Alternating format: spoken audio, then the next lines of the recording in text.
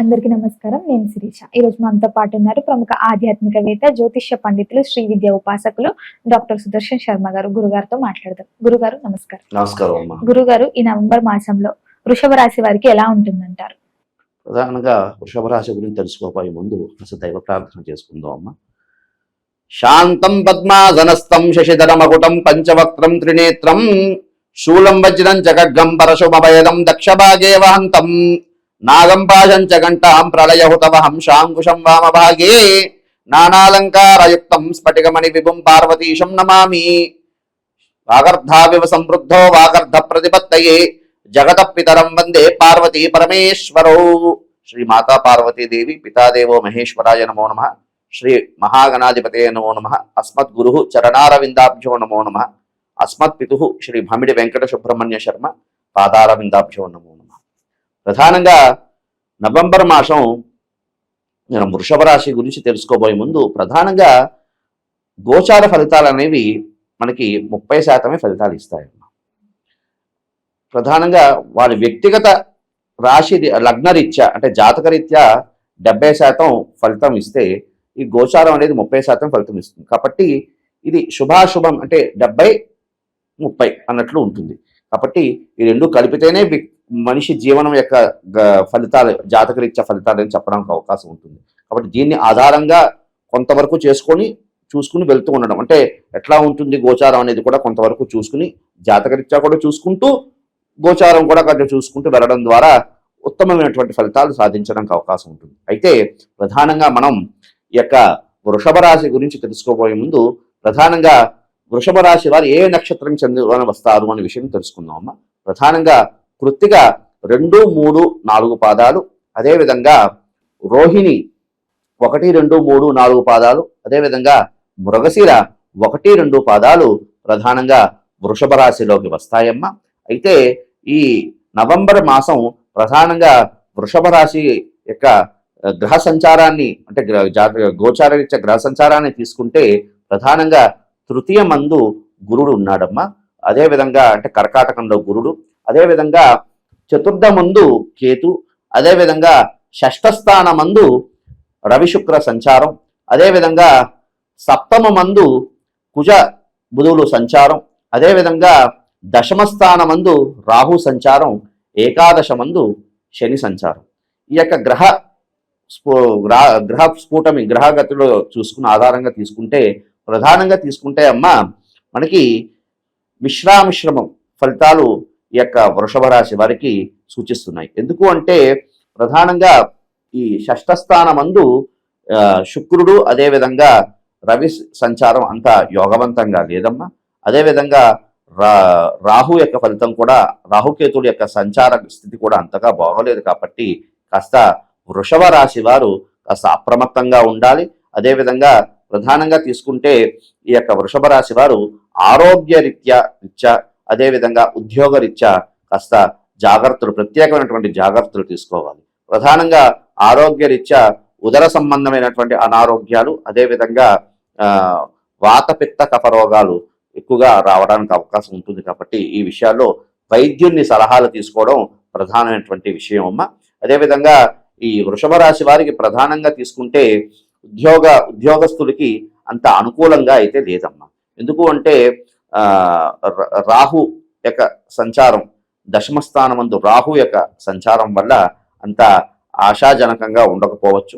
అధికారులతో కాస్త ఇబ్బందులు పడే అవకాశం అనేది ఉన్నది. అదేవిధంగా ఉద్యోగ ప్రయత్నం చేస్తున్నటువంటి వాళ్ళు ఎవరున్నారో వారు ఈ యొక్క మాసాన్ని కాస్త ఆపివేసి రానున్న మాసాన్ని చూసుకుని వెళ్ళడం ఉత్తమం. ఎందుకంటే అంత అనుకూలంగా ఈ మాసం అనేది లేదు.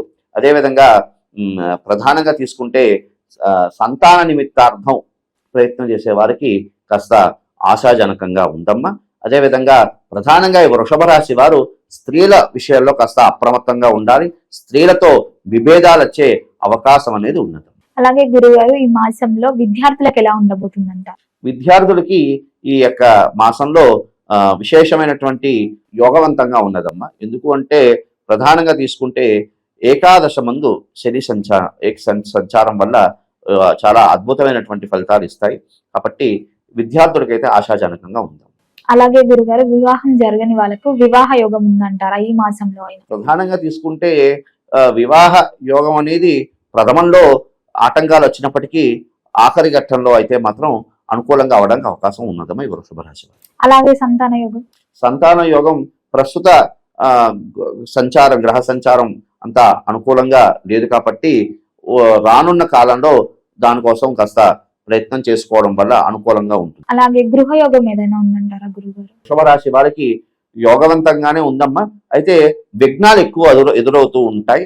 ఈ విఘ్నాలని కాస్త ఛేదనం చేసుకుని దైవారాధన ద్వారా విఘ్నాన్ని ఛేదనం చేసుకోవడం వల్ల ఆ గృహ యోగం అనేది గృహ నిర్మాణం ప్రయత్నం చేసే వారికి చాలా విశేషమైనటువంటి ఫలితాలు కలుగడానికి అవకాశం అనేది ఉందమ్మా. అలాగే గురుగారు చాలా మంది దూర ప్రయాణాలు చేస్తుంటారు. ముఖ్యంగా ఈ వృషభ రాశి వారు ఈ మాసంలో దూర ప్రయాణాలు చేయొచ్చు అంటారా లేదంటే? ప్రధానంగా తీసుకుంటే ఈ సప్తమ కుజుడు సంచారం వల్ల అది కాకుండా ఈ సప్తమ స్థానంలో కుజుడు రానున్న 15వ తేదీ తర్వాత నుండి కూడా వక్రీగతి వక్ర దృష్టి అవుతుంది. దీనివల్ల కాస్త ఇబ్బందులు కలిగే యోగం ఉంది. వాహనం అంతగా అత్యవసరమైతేనే దాన్ని ఏమంటుంటారు ప్రయాణం చేసుకోవడం, లేదు అంటే కాస్త ఆ ప్రయాణాలని కాస్త ఆపివేసుకోవడం ఉత్తమం అని తెలియజేయచ్చమ్మా మనం. అలాగే గురుగారు ఏదైనా కొత్త బిజినెస్ స్టార్ట్ చేద్దాం అనుకుంటే ఈ మాసం వీళ్ళకి ఏమైనా అనుకూలంగా ఉంటుందంటారు? మిశ్రమ ఫలితాలు రావడానికి అవకాశం ఉంది. అంటే 50-50 ఛాన్స్. అంటే ప్రధానంగా ఎందుకు అంటే ఈ యొక్క మాసం వృషభ రాశి వారికి అంత ఆశాజనకంగా లేదు కాబట్టి ప్రయత్నాలోపం చేయకుండా ప్రయత్నం అనేది ఆరంభం చేస్తే రానున్న మాసానికి కాస్త అనుకూలంగా అవడానికి అవకాశం అనేది.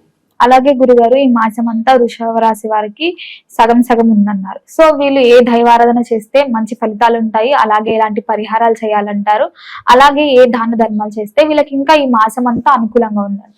ప్రధానంగా ఈ యొక్క వృషభ రాశి వారికి ప్రధానంగా తీసుకుంటే శుక్రుడు, అదేవిధంగా సప్తమంలో కుజుడు యొక్క దుష్ప్రభావాల వల్ల కాస్త ఇబ్బందులు కలుగుతున్నాయి. కాబట్టి ప్రధానంగా తీసుకుంటే ఈ యొక్క రాశివారు అమ్మవారికి సంబంధించినటువంటి ఆరాధన చేసుకోవడం, అమ్మవారికి సంబంధించినటువంటి కుంకుమార్చన చేసుకుంటూ ఉండడం, అదేవిధంగా ప్రధానంగా శుక్రవారం అమ్మవారి దేవాలయంలో కుంకుమార్చన చేసుకోవడం, ప్రధానంగా శాక్తేయ సంబంధమైనటువంటి దేవాలయాలను దర్శనం చేసుకోవడం వల్ల విశేషమైనటువంటి ఫలితాలు అనేది లభిస్తాయి తల్లి. అదేవిధంగా ఈ రాశివారు ప్రధానంగా కందులు, అదేవిధంగా మినుగులు ఈ దానం ఇవ్వడం వల్ల, బ్రాహ్మణులకి దానం ఇవ్వడం ద్వారా విశేషమైనటువంటి ఫలితాలు, ఆ గ్రహ దోషాల నుండి నివృత్తి జరిగి విశేషమైనటువంటి ఫలితాలు అనేది జరుగుతుంది.